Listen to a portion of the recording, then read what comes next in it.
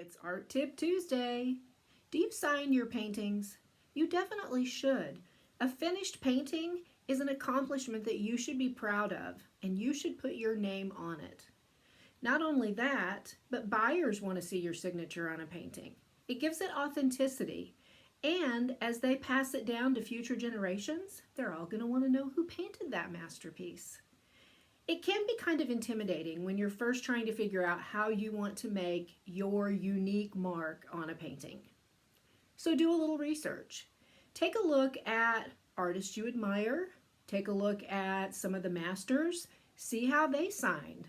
Some of them used only their first name. Vincent van Gogh, for example. He signed his Vincent. But take a look and see how they do it. Look at the placement. Look at the style. Look at the colors that they used and see what appeals to you. Then get you some scrap paper and practice. Try signing your name in different ways. Try just your first name. Try your first and last name. Try writing in different styles, cursive, printing. See what you like best. I practiced mine for a long time and I experimented with some different ways on different paintings, excuse me, before I came to the way that I sign it now. And who knows, someday at some point I may change it.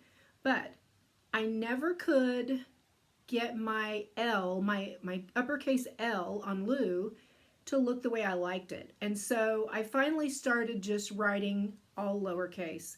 And I got to tell you, the teacher in me has a little bit of a problem with that, but I just let it go because I really like the way it looks. It just seems to flow and it just works better for me. So that's how I do it. But it took a lot of experimenting to get to where I found something that I was comfortable with. Try different materials. Try different colors. Here, some possibilities are some acrylic markers, which are what I use now in different colors. I have used a dip pen and acrylic ink. That works really well. Or you could use a small paintbrush and some paint. I like to have my signature coordinate with the painting, so I try to choose a color that will show up, but that is a color that goes with the painting.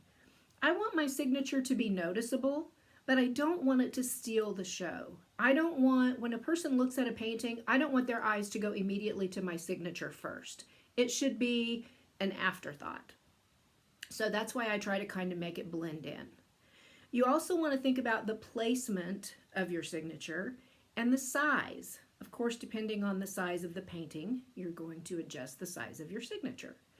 If I'm doing a small, like one of these small little thick canvases, lots of times I'll put it on the bottom because I don't want, with something so small, I just feel like it detracts from the painting. When I'm doing bigger paintings, a lot of my florals, I will sign my name up the side of the vase because I feel like that kind of just blends in with the painting, but yet it's noticeable. And I think it's kind of fun and different instead of just sticking it always down in the corner. Sometimes that doesn't work or I don't like the way that looks, so then I will maybe put it down in a corner. Here's a really good tip. Whatever you decide to do, whatever material you use to sign your name, keep a baby wipe handy, and if you don't like the way it looks, before it dries, take that baby wipe, wipe it right off. Let it dry and you can do it again. And believe me, I do that lots of times. I'll experiment with different colors, and if I don't like the color, wipe it off. If I mess up my signature, wipe it off. So that gives you, takes a little bit of the pressure off to make it perfect the first time. Also, I write my painting's title and my signature and the year on the back of a painting. And I do that in pencil until the painting is sold. And the reason is because if a painting's been around here a while, it's always possible that it's going to get painted over and it may end up being something completely different. So if I paint over it, I can erase the name, give it a new title. And if I do a paint over, maybe I take a painting that I painted in 2020 and I paint over it. Well, then I give it the current date because it's a new painting. So writing it in pencil allows me to do that. I put the name on it because I don't always remember, if it's been around for a little while, I don't always remember what I titled it. So if I write it on there in pencil, then I don't have to worry about remembering. Then when I get ready to sell it, I just erase that pencil, and I write it in ink because I feel like that's a little more professional.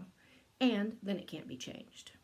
So those are the basics of how I sign my paintings and some tips for you. If you have any questions about materials or any of the things, feel free to drop me a comment, send me a message, and thanks for watching. Have a great day.